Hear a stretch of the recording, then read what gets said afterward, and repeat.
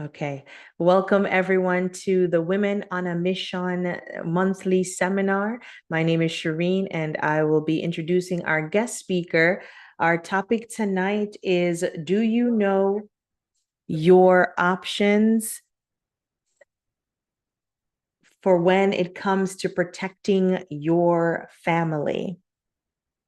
Our guest speaker tonight is Sister Amanda Clarke, and I have the privilege and honor of introducing her. So I have a little background to tell you all about our guest speaker. So Sister Amanda Clarke has so many letters behind her name, I can't list them all, but she has 26 years of experience working as a nurse in medical, surgical, OB, GYN, geriatric cardiology, emergency trauma unit, and healthcare policy licensed financial professional for the last 4 years. So I have the privilege again to know Sister Amanda as we were in the same church. And Sister Amanda has a great passion for the profession despite long hours and high stress situations, as you all can imagine, being a nurse for so many years. So, Sister Amanda loves helping people, teaching, mentoring new nurses, and she's able to maintain a positive attitude during stressful times. And we've seen that many, many times over. Sister Amanda stays smiling. Sister Amanda has compassion that runs deeply seated in the skills, the kindness, understanding, and emotional support that she gives to her patients and their families. So when describing Sister Amanda, she says, what describes me is an evolving blend of her experiences. She's a constant learner, someone who finds excitement in the process of growth and adapting to new situations. This is especially true after leaving all of her families and coming to America 26 years ago. And Sister Amanda recently had a career shift after WFG found me. And I'm not sure you're going to tell us what WFG stands for when you come on. The challenge of starting over taught Sister Amanda to be resilient, to value integrity, and a beginner's mindset. So, with that said, my friends, please give it up for Sister Amanda. Give us a virtual round of applause. I'm going to turn it over to you, Sister Amanda. It doesn't sound like me. It's you, it's I you. never had a chance. Good evening, family. I'm so excited that you're here tonight. There's just nine plus me in 10, and I'm excited. I was hoping that we can get more people, but hopefully people will continue to join. Yes, I'm a new learner. I'm wearing my pink, and I said, it's Halloween. I'm not gonna do the Halloween, but I'm gonna represent this group of people that matter so much to me. And I'm gonna wear my pink. I'm gonna wear my lipstick. And I'm just gonna be like, I said it's dark out there, but I'm bright inside me because cancer. Who the CDC reminds us that every second remains the second leading cause of death in the United States. Every year, about 1.8 million people are diagnosed, and over 600,000 die from cancer. The most common cancer are breast, lung, colorectal, and prostate. And prostate is what killed my father. So I am that person that cancer runs in their family. 1 in 3 women and 1 in 2 men will face cancer diagnosis in their lifetime. The good news, overall cancer death rates are going down, so we praise God for that. Thanks to the early detection, healthier lifestyle, and better treatments. However, CDC did not add that as these numbers are in these different places, they never told us about how when this disease struck us or our family, what will we have in place? That's why awareness, prevention, and protection matters. Early screening saves lives, but preparing financially, whew, protects the family through the journey. And so I'm just going to share my screen really quickly. Sister Sharon have already told you a little bit about me. That's me there with my quiet husband, William. Sister Sharon, am I sharing my screen? You can see it? Yes, we can see it. Yep. Okay, good. So I am from Liberia, been here 26 years. Came here as a nurse, but as most of us here might be immigrants, and Sister McLean is not. But I had to turn it over, right? I came as a nurse. I couldn't work. I had to go to the bottom, started working. Not even as a CNA. I was only allowed to pour water on the side of the resident bed and make the bed. That's all I was allowed to do because I had no license. I said, "Can I work as an aide?" They said, "No, no, no, no, no. You don't have a license." I said, "I know how to take medicine." The sister said no. And I was fine because I was in a new place. Who knows? But I was like, my migration will not take that nursing degree dream from me because I know till today's date where I was as an 8-year-old girl in the village when I chose that I would be that doctor woman. That was why I call it, and I'll be the doctor woman, all right? My cousin, she didn't live to become, she said, I don't know what I want to be. And she said, what do you like clothes? I said, I like skirt, I like pants. In the village, my vision, oh my Lord. But she didn't live. But that doctor woman thing stuck with me.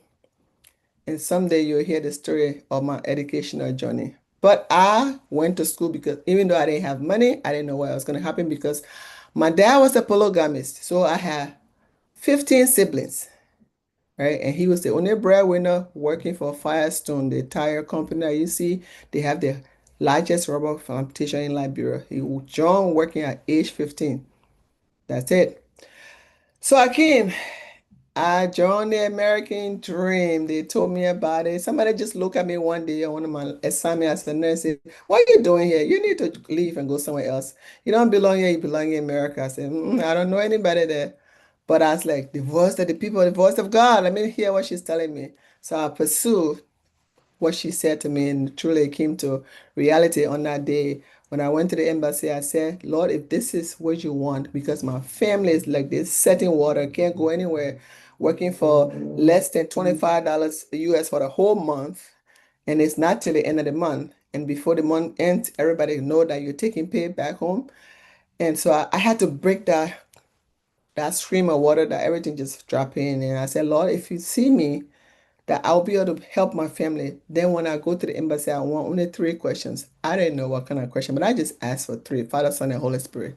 And that was the case. That was my confirmation. So I came, I joined the dream, got the license, started working. It was different from back home. Stress, like she named all those places. The ER was the hardest. I didn't want to get up, but I had to get up. I set an alarm. Left them there because I wanted to bring my family. I came first and I started working and working and working. Stress, stress. I went from size 8 when I came to this country. Now I wear size 10, right? I went from 135 pounds to I don't know what. I don't want to tell you today, right? But that was my life. And I did everything they told me, I passed the boat and I kept going because I wanted to bring the family home. I just kept doing what they were telling me. So I brought my family home. They just told me orange. I said, give it to me. Um, Peach, give it to me. Nobody gave me options. And tonight we're going to talk about options. Nobody told me about options. It was, you work, nurses make more money. I said, okay, how do I do it? Sign up for more job. I sign up for more job.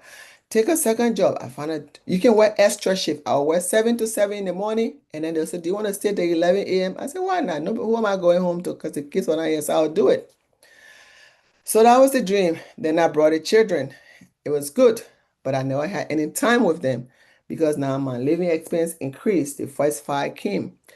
And then no time. I'm working, I'm working, I'm working, I'm working. Then they said, hey, if you work as a travel nurse, you get more money. I said, sign me up.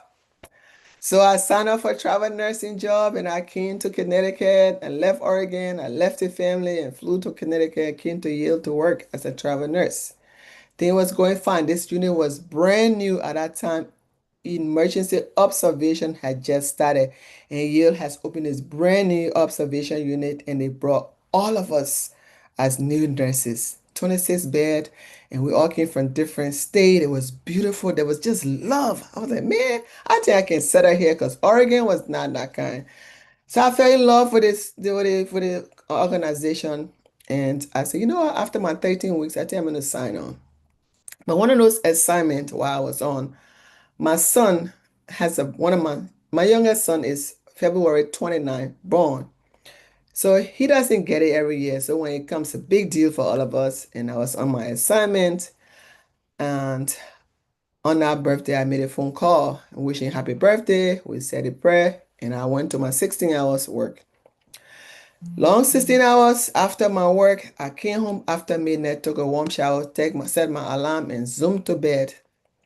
And then at 2 a.m., here comes a call. And I said, my gosh, I don't want to wake up to this phone call because I gotta go get up at 5 a.m., but it's 2 a.m. in the morning. You probably have had that experience where you see the number, you know it's important, but you're on another call. You're just like, I really don't want to switch over. Or you're just having a good meal and you're like, man, this person is calling me. I'm gonna interrupt my dinner. Or maybe a great nap that had just kind of snuck you and you just want to interrupt that nap. That was me. So I see the phone number coming, but I was like, "Phew, should I take it? Yes, I have to take it because the name is connected to me because it's my son's friend. So let me take the phone call. In the African community, everybody is auntie and uncle. So I hear, hey, Auntie Amanda, are you sleeping? I say, yeah, not anymore. And he said, well, I just want to let you know that AB had an accident. AB is my son, and we call his Abraham, so we call him AB. I said, what do you mean? Today's his birthday because it was still, I know, the next day on that Oregon because it's 3 hours. He said, yes, he had an accident and I just calling you, but I gotta go because the helicopter is about to pick him up. A drunk driver, a woman, ran into him and the helicopter is about to pick him up. Helicopter?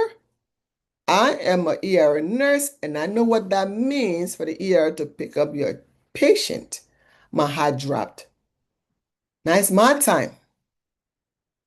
Okay, I just couldn't get on the computer and get ticket because I didn't have control over where I can be and when I can leave. Even as a professional person, somebody controlled my time because it was attached to money, and that was the hospital. So I had to call the hospital and say, hey, my son had an accident. I can't come to work today. I gotta leave. Say, nobody asked me the severity. They just say, okay, so you're not coming today? No, I'm not coming. When are you back?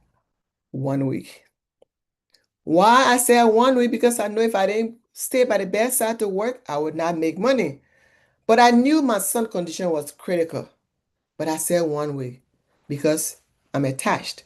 I gotta be here to work or pay the bills. So they said, okay. So I flew to Oregon.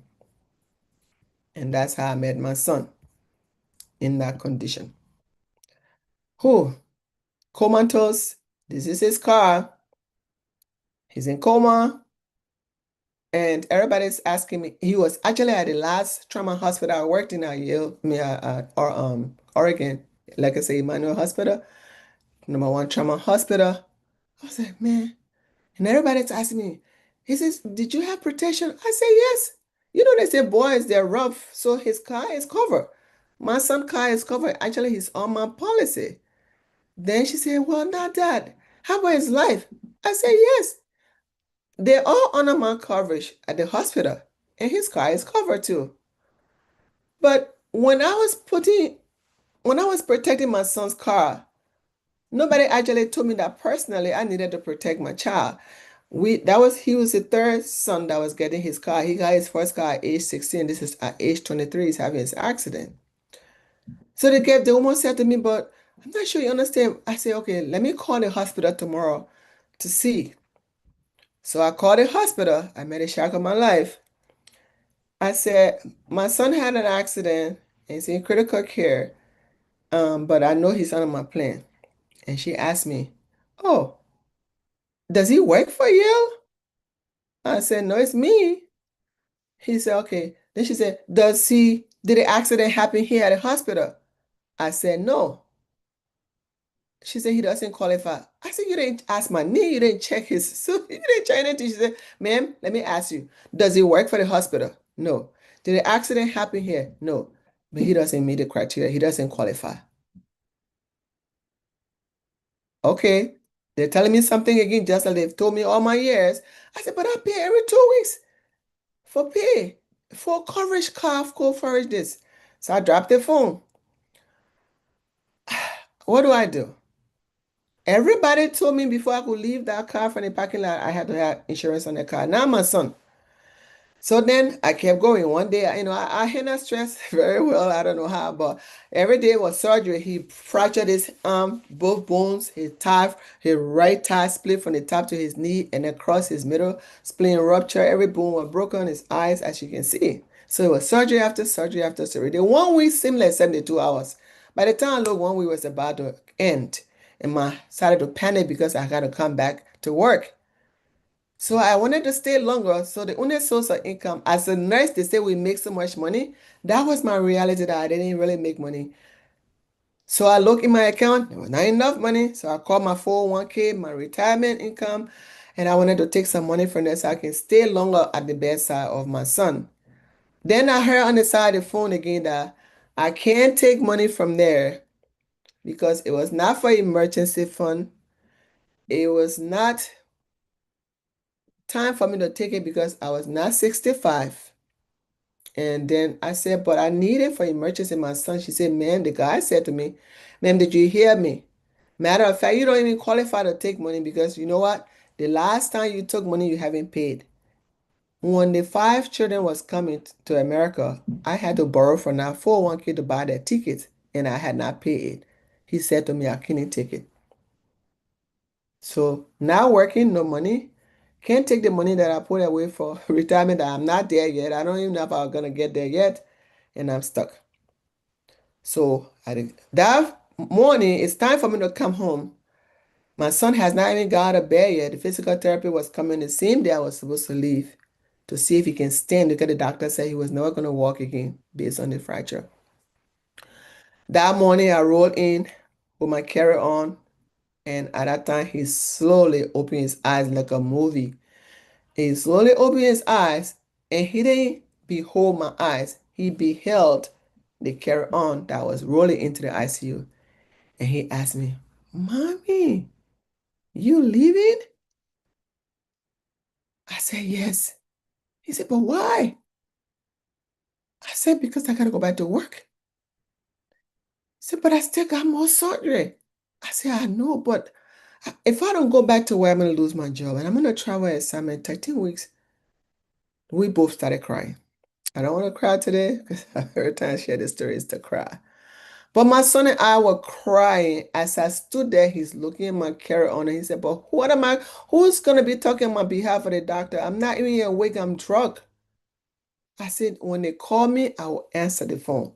So I rolled away that evening and came to Oregon and left Oregon and came to Connecticut. The next day I went to work. When they called me, I had to run to the bathroom to answer the phone. Sometimes I couldn't even answer the phone because I was in the emergency room. I don't say this, I don't share my story to scare any parent. But the question I want to ask you today as a parent, would you rather be by the bedside of your sick husband, sick wife, sick grandchild, sick child, or would you be at work? I made that decision because the income that I had was not protected. I was protected at the hospital. I thought I had my family protected. I protected my son's car, but my son was not protected. The income I worked for was not protected. In the event of a critical, terminal, or chronic illness, That income was not protected. Even though it was not me who have had an accident, I was not in a critical condition, but it was my child. And it just take one family member to ruin everything. My income was not protected because I did not have option. Nobody told me that I needed to protect the income that I earned. All they said, nurses make more money, work more hours, more work more hours. And that comes to cancer, as we are in Cancer Awareness Month. This could have been cancer. It could have been cancer that struck my son. It could have been cancer that struck me as a mother who is the winner, breadwinner. If my income was not protected then, my family entire life would have ruined. The American dream, the house that I had would have been taken. The four cars that we packed in the driveway would have been repossessed. So knowing your options is very important. And that's why I'm here to talk to us today.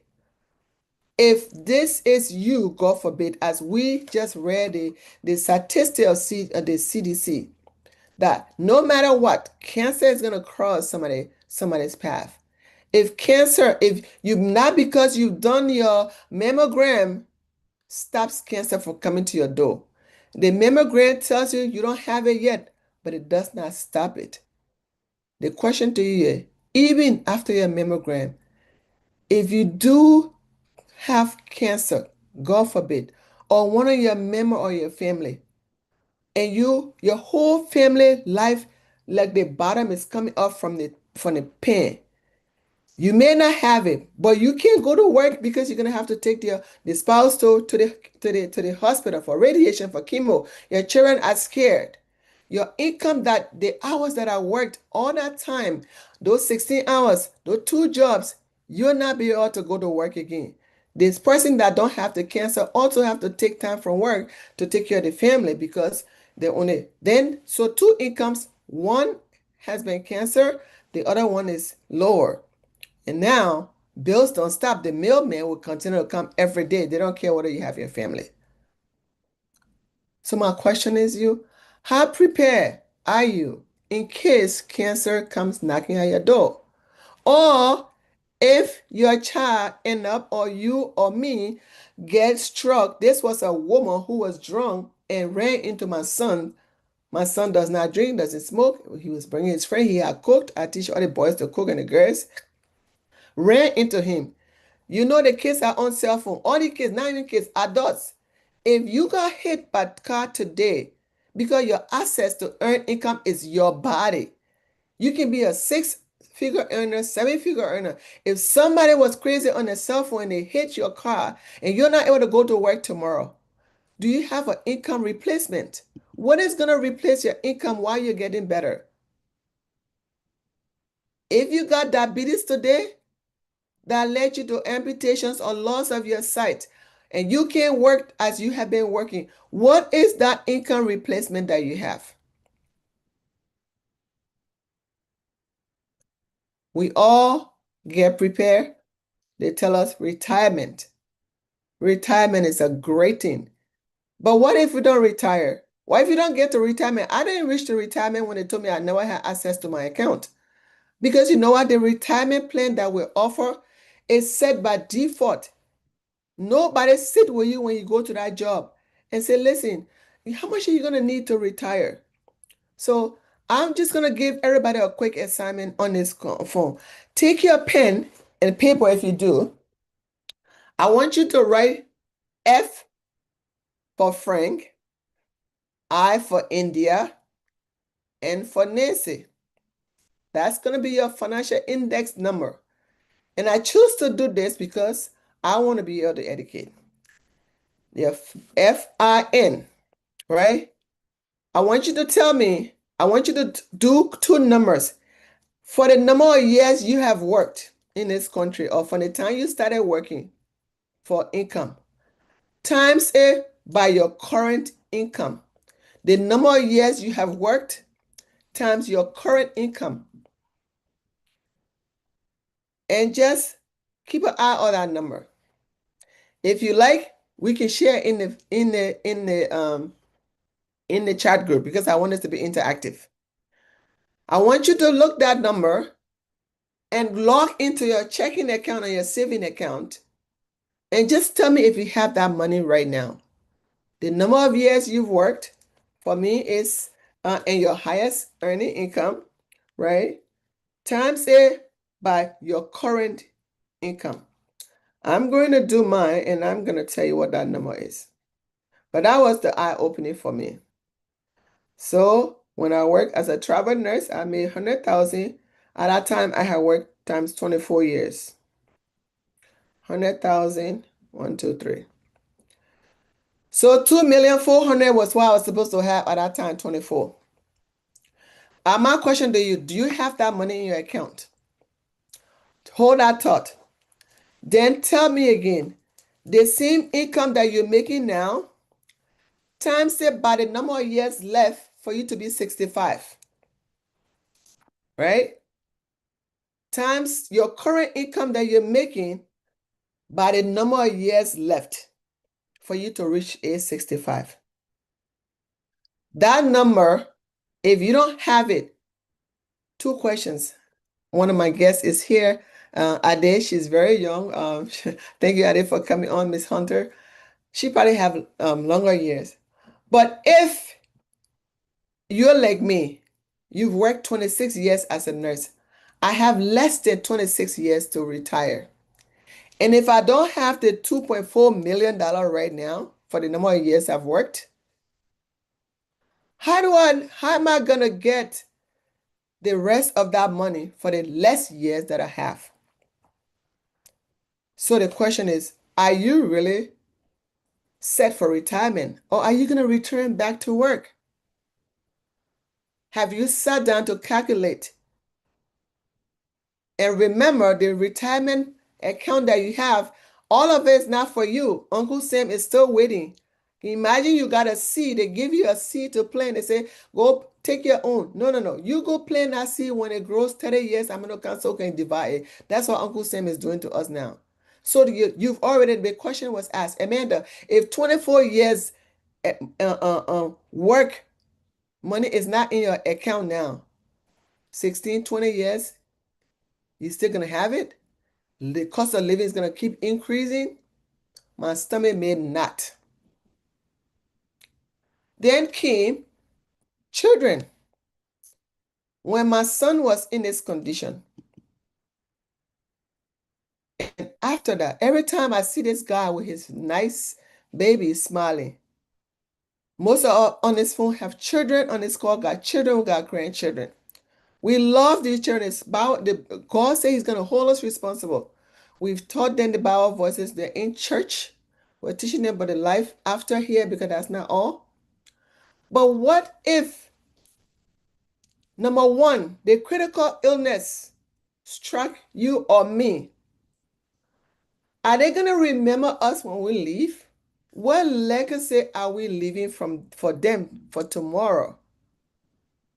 The Johnson and Johnson know their families, right? Rockefellers, their name have not left. JFK, their name have not left. The Clintons, their grandchildren are going to remember them. How are you going to be remembered by your grandchildren? What are you leaving them? What legacy are you leaving for them? Those who have financial education, they don't think about just college. For us, we think about college. If you heard Sister Sherry talking about the letters that were ahead of my names. If I ask each person here who knows one person with a master's degree or a PhD degree, put it in the chat. Put one in the chat if you know someone with a master's degree or with a PhD degree. Put one in the chat. I want to see. I want you to just see. Just put one in the chat. If you know somebody, the number hasn't changed. Just put one. If you know somebody with PhD, maybe you got one. That's yourself. Put it there. Put one in the chat. Because our community, we have degrees on every block. Because we believe in education, which is a good thing. That's what brought me here. Right? But if you ask us, how many millionaires do we know in our community? If you do know, maybe just put your other two, put two in the chat. How many millionaires do you know in our community?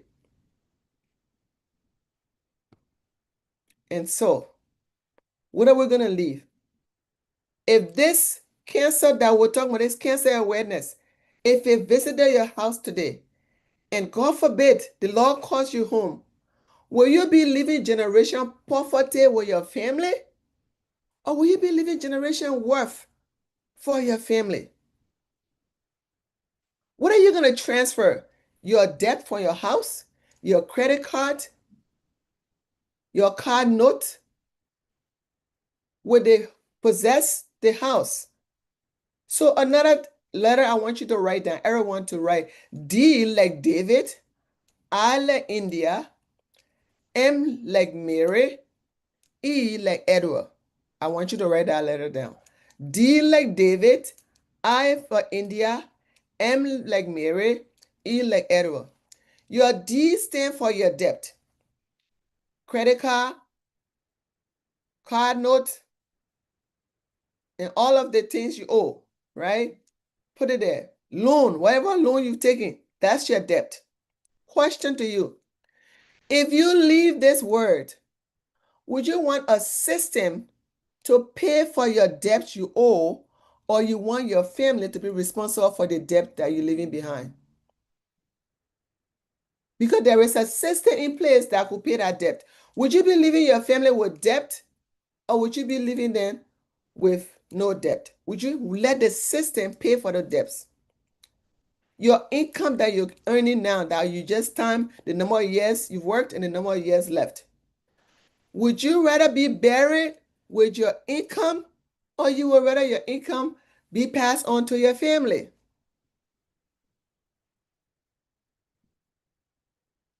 Those who are home or those who are renting, if you're renting, that M stands for, so that's D is debt, I is for your income, M is for mortgage. If you don't have a mortgage, put rent.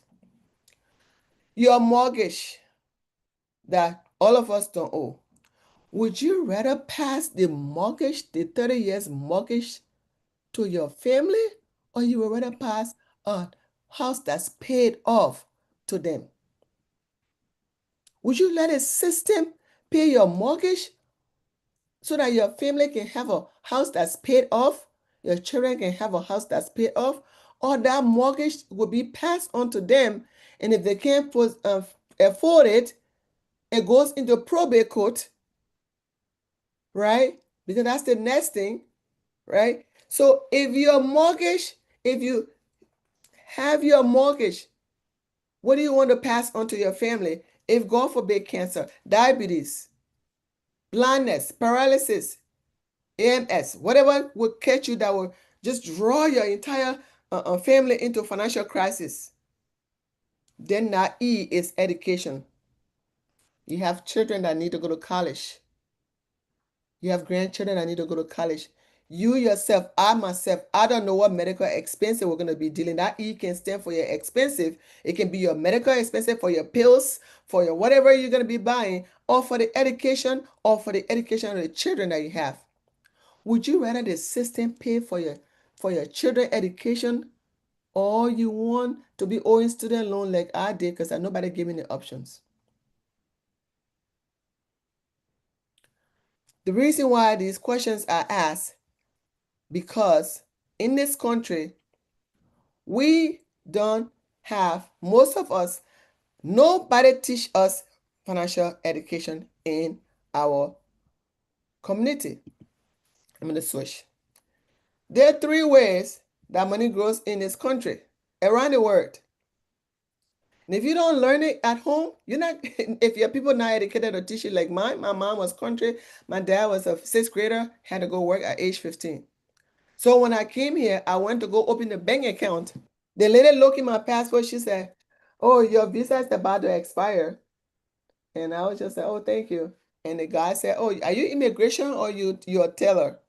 I was like, "Thank you." Because I didn't know how to speak the American English. So I just said thank you. But yeah, like she was the immigration. They said I had to go open a bank because I was about to have an apartment. I don't even have money to put in the bank. But I had to have a bank, I had to have a check to give to this woman to this apartment so she can hold it when I work and pay. Then I'll be able to make my security deposit. That's part of my story. All of us here have a bank account. It's called fixed account, sleeping account. Every $1,000 that you have in a bank, before it doubles, it's going to take 72 years for that $1,000 to double. My question to you, how many 72 do you have here? I want Jesus to come. If every $1,000 is going to take 72 years, how many 72 do we have? And like I said, to retirement, and then when we go to the jobs, they say, hey, we got retirement plan here. Do you want to join our retirement plan? It's for them, not for you. You want to join our retirement plan? We say, sign me up. And then we sign Fidelity, Volgon, or whatever they call it, right? Whatever plans they have. They tell us, oh, we're going to match 4%, 6%. But nobody sat with you and I one by one to say, hey, Amanda, you have 20 more years to retire. Let's see how much you got. Let me see how much you're going to need for retirement. So based on that, this is how much you'd be putting away, right? They didn't tell me that. And they just said 6%. 6% of what? If I put $150 every 2 weeks and you're matching it by times 0.6%, and I have 30 years to retire, what would that mean for me in 30 years? Not taking into consideration the market loss that's going to happen. Because as you see this middle one, when the boss gets vexed and he puts some tariff on the other people, your whole retirement money is going to drop. What if you are 3 months from retirement and he gets upset with China and he pushed the button and your entire retirement dropped? That happened to my manager in Oregon. 36 years as a nurse in 2008. She was 3 months away from retiring when the market hit. She was already putting the paperwork. We already had our retirement farewell. Her husband died in the bathroom cold.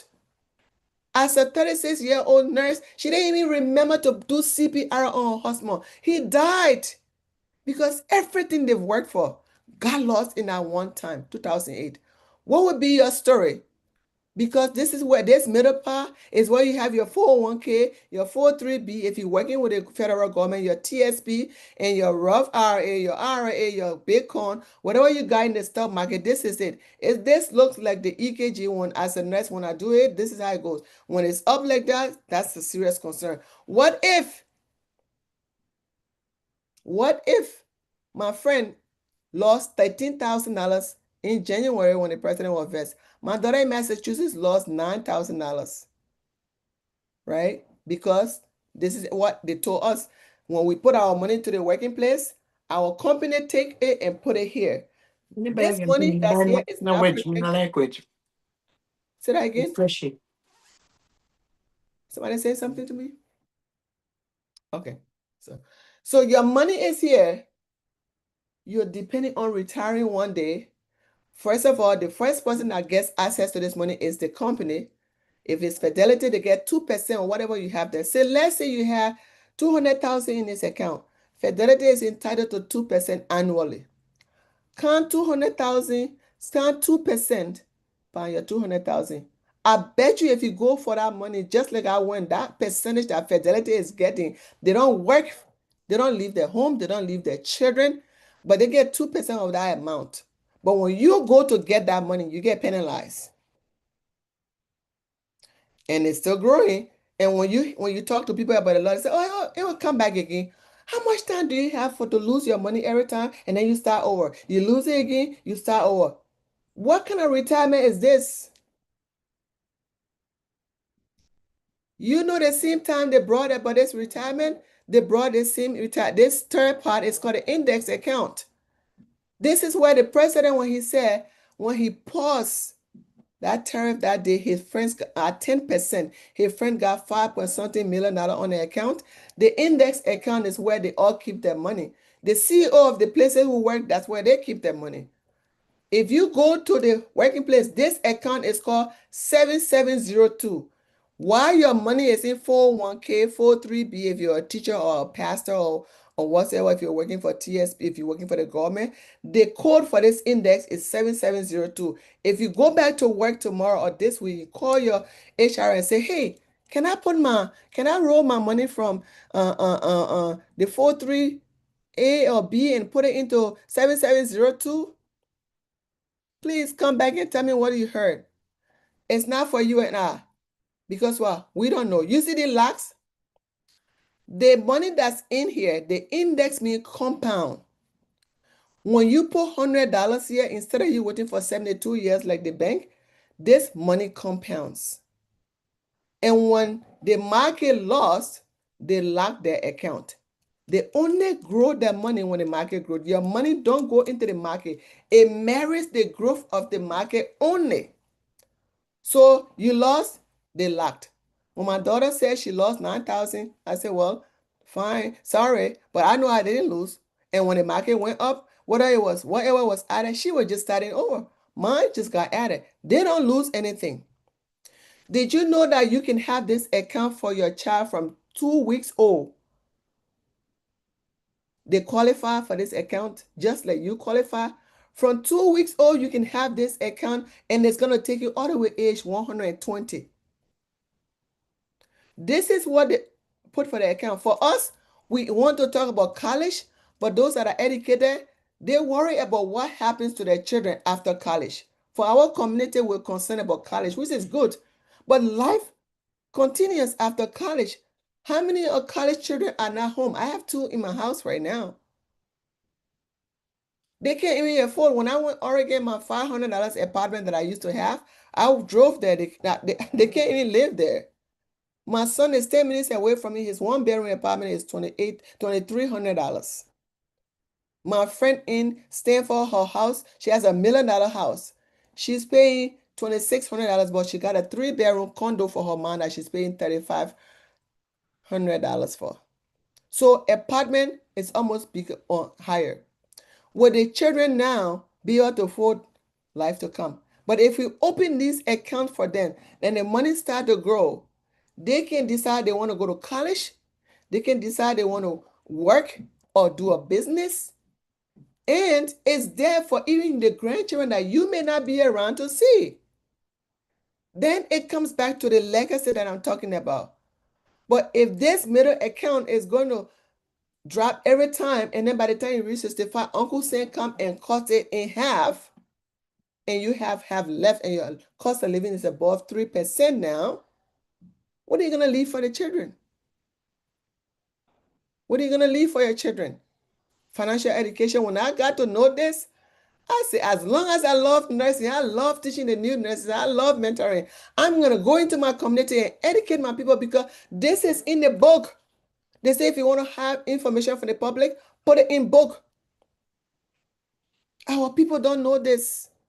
And if they know it, it's halfway. It's mixed, but it's of true. Because we don't read the fine prints. We just take what they give us, and that's what happened to me when they said I could cover my son's car. I would take my son under my policy in the hospital. I agree. I didn't even go look.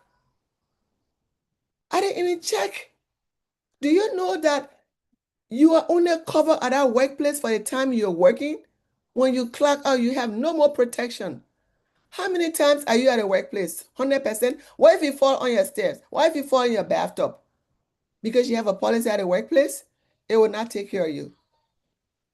What if you have your own outside work that's going to be here for age 120 and it's tax free? Oh, whoa, that's the most important part. This account is the middle one is not tax free, but this index account is tax free.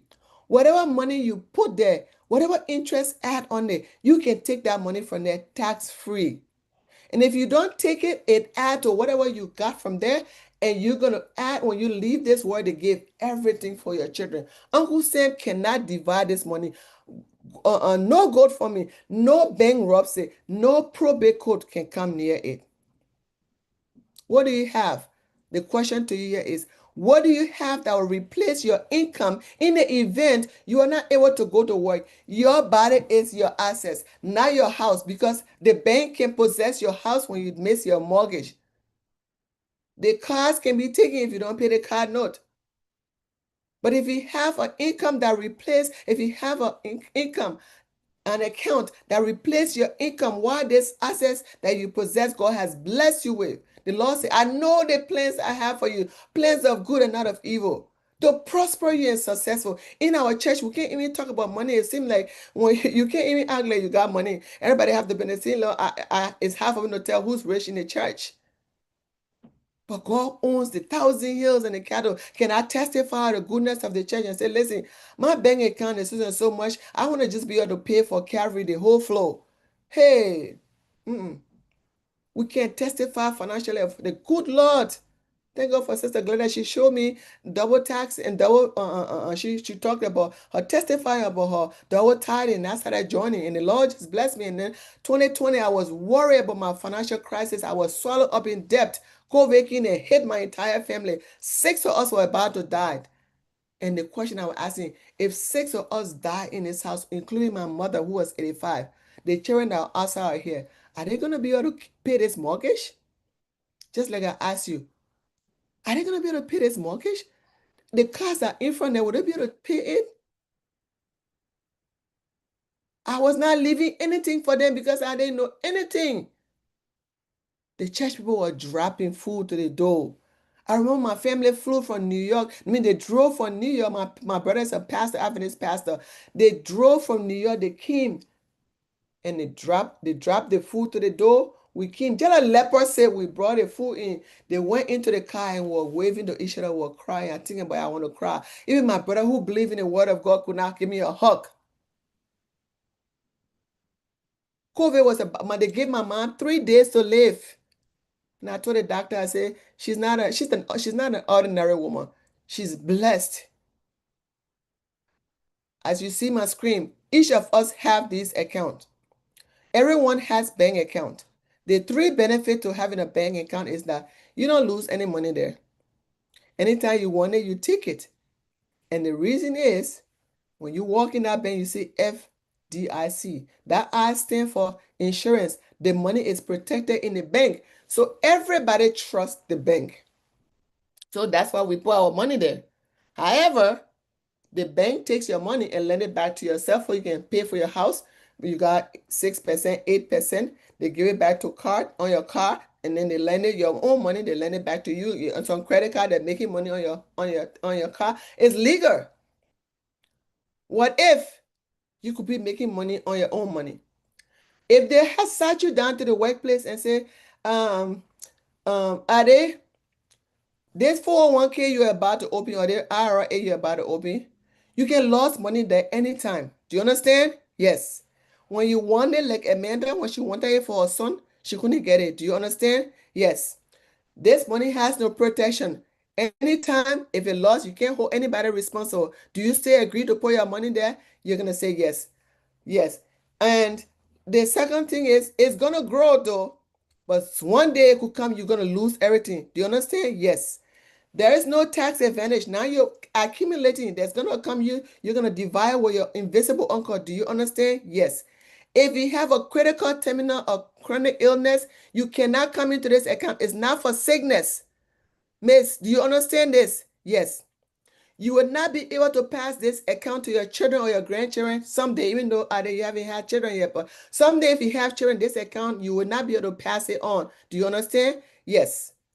If you God forbid, the person who have the account pass away, it's going to be frozen along with your bank account, and it's going to go into probate court.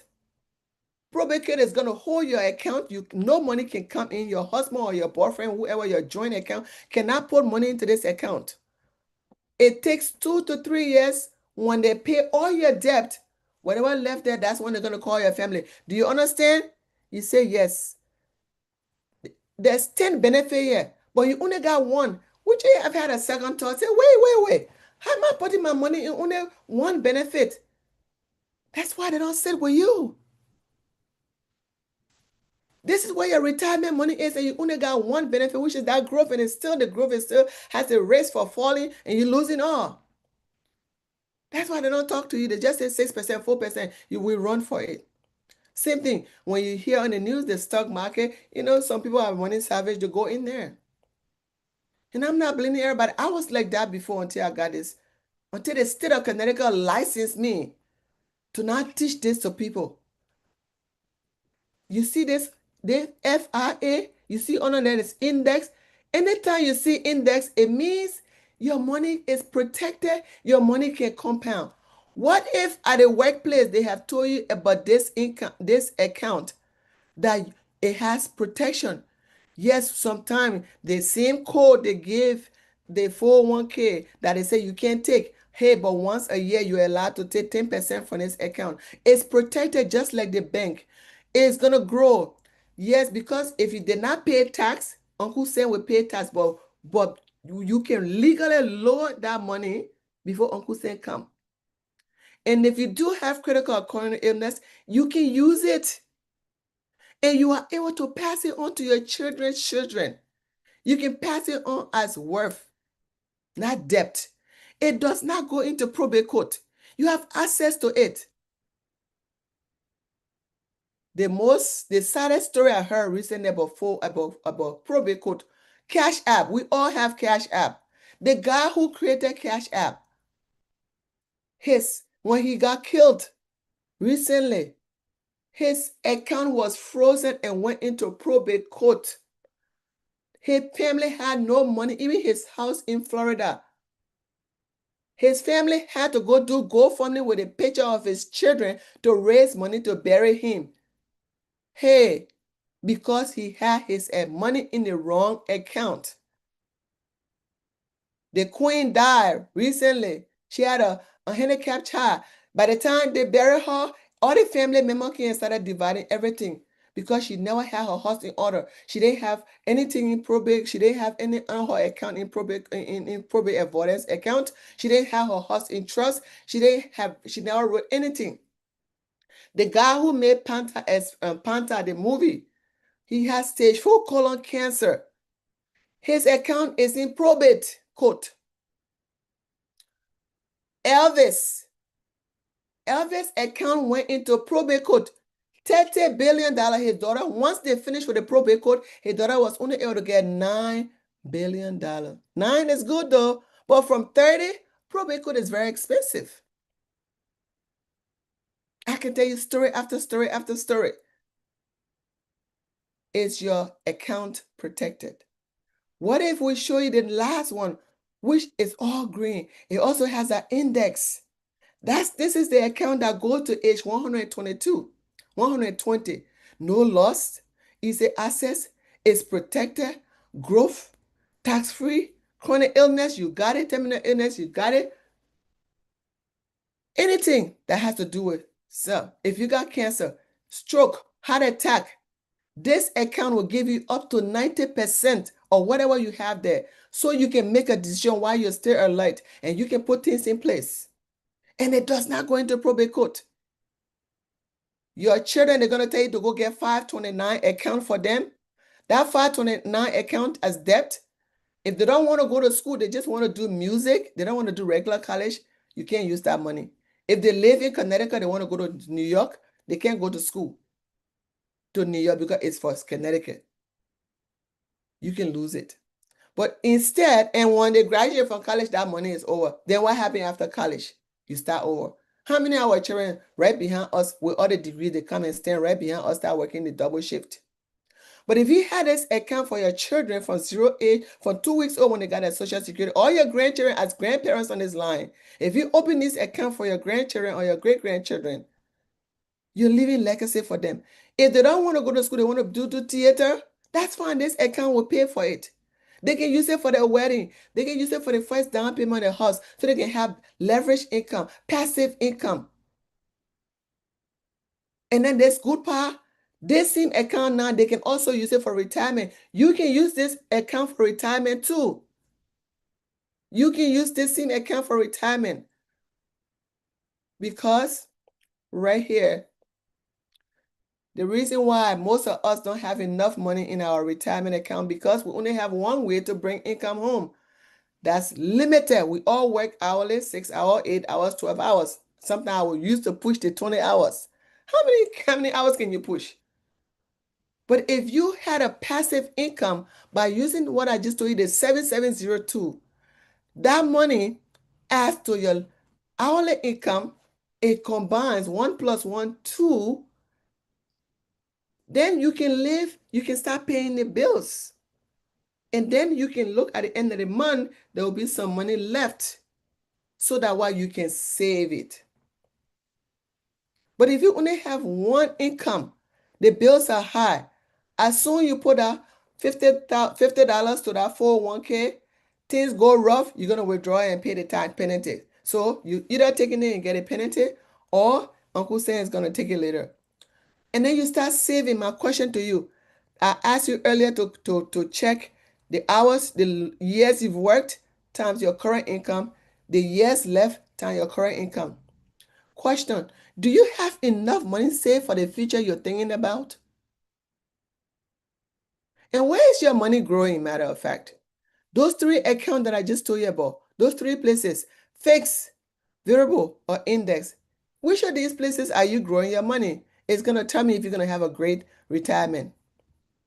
Because if you're growing your money in the wrong account, it's not protected. You can hold nobody responsible. When the market lost, you lost. When inflation right now, inflation, no, I don't go to the grocery and stand by the tomatoes and say my prayer for the trap for the prayer for it to drop, the price drop down. I don't stand there and pray. I don't care how near to God's heart I am. Inflation is affecting everybody.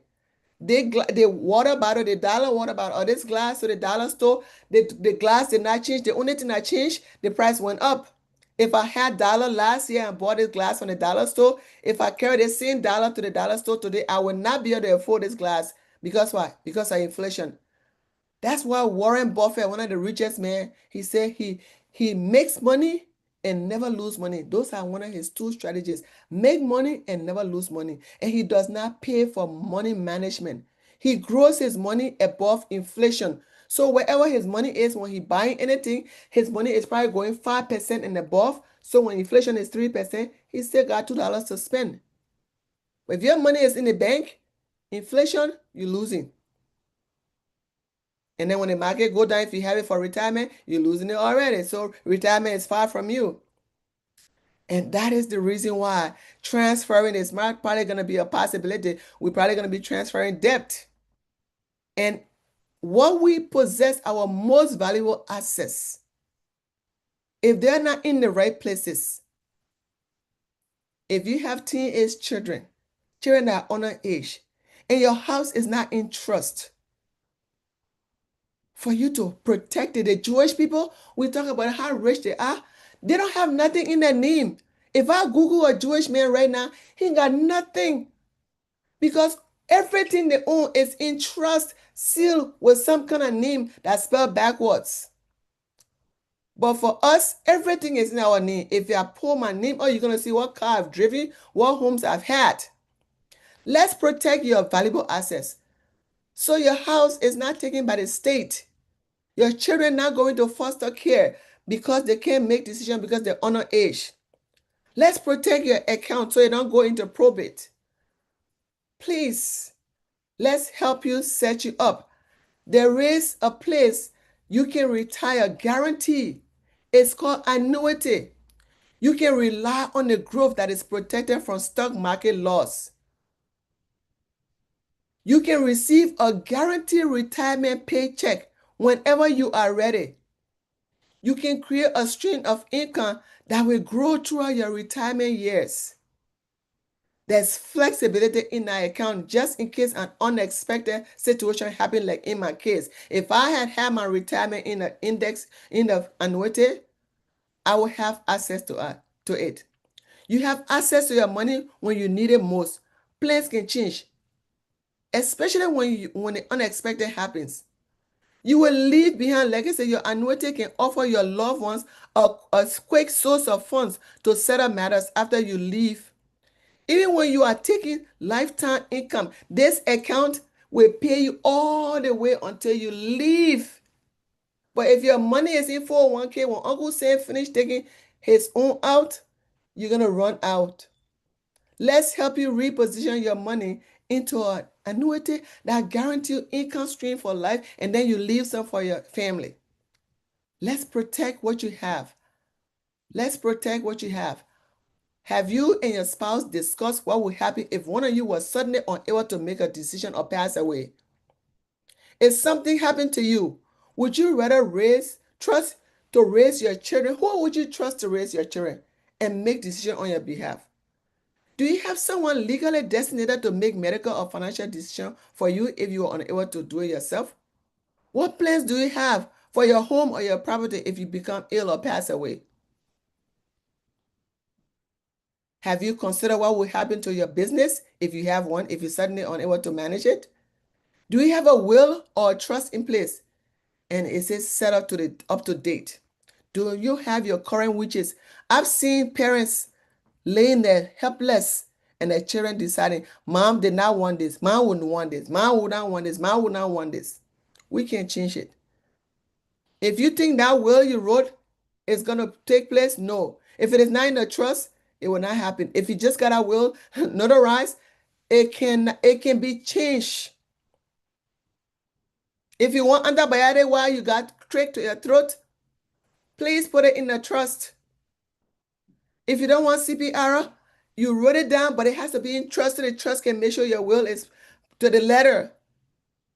Have you thought about how you will let your legacy to be remembered or to be honored? We work, if you don't have your plans in place. Humpy Dumpy sat on the wall. Humpy Dumpy had a great fall. All of Humpy's family and all of his friends couldn't believe Humpy didn't have a will or estate. I pray and hope. I don't want to keep you on line. It's 8:23. I hope and pray that we can be able to help you. Put your house in order. Just like we're getting ready for Christ's soon coming. Just like while we wait, we can't be like a fast sleeping virgin. We have to be alert. Jesus spoke about money in the scripture more than he did anything. He said, what? A man who leaves have to leave generation wealth for his children's children, generation after generation. Not only one generation, generation after generation. The scripture wants us to leave legacy for our generation after generation.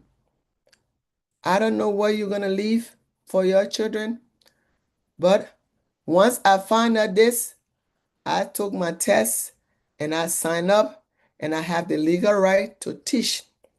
I am hoping to come to your city. I'm hoping to come to your house with 3, 4 persons. I'm hoping to fly to any state your family's at to just teach them what we know.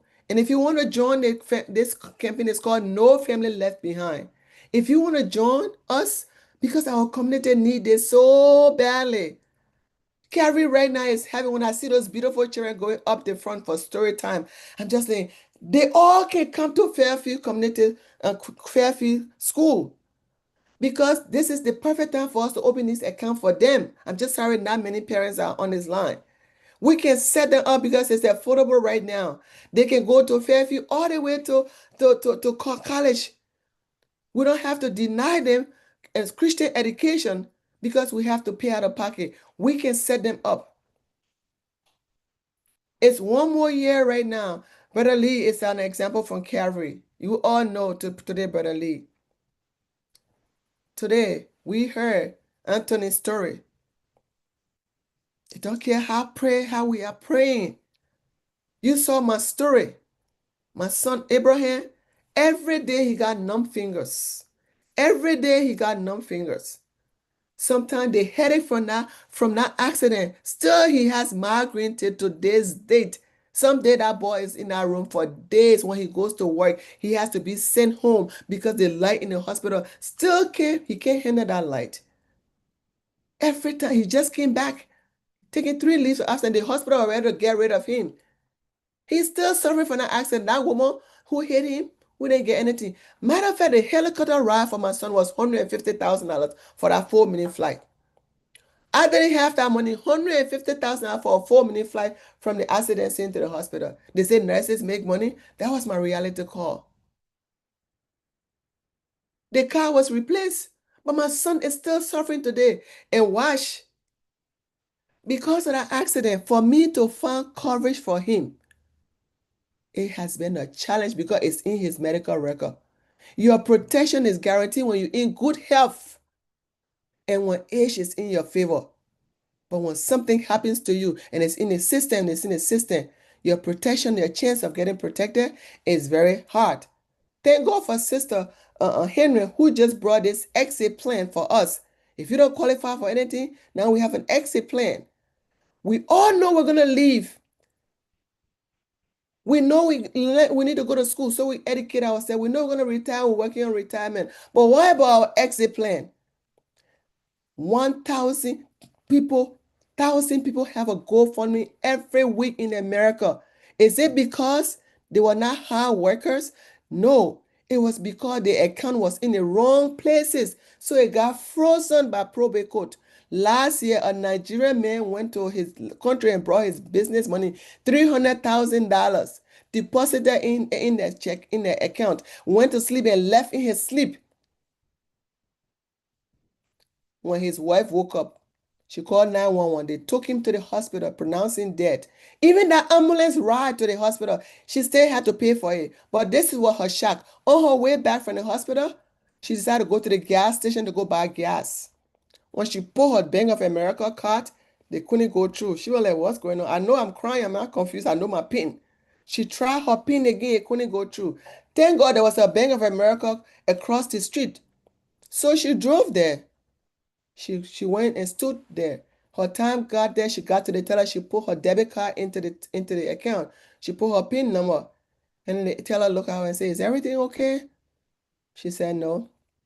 I said, what happened? She said, my husband passed. She said, I can tell because your account is frozen. So what do you mean? Probate court. Your social security number, when I, as a nurse, when I tell the doctor to come to the bedside and pronounce the patient dead and I go into the system, I put it, your social security become your probate number. Your estate is called estate.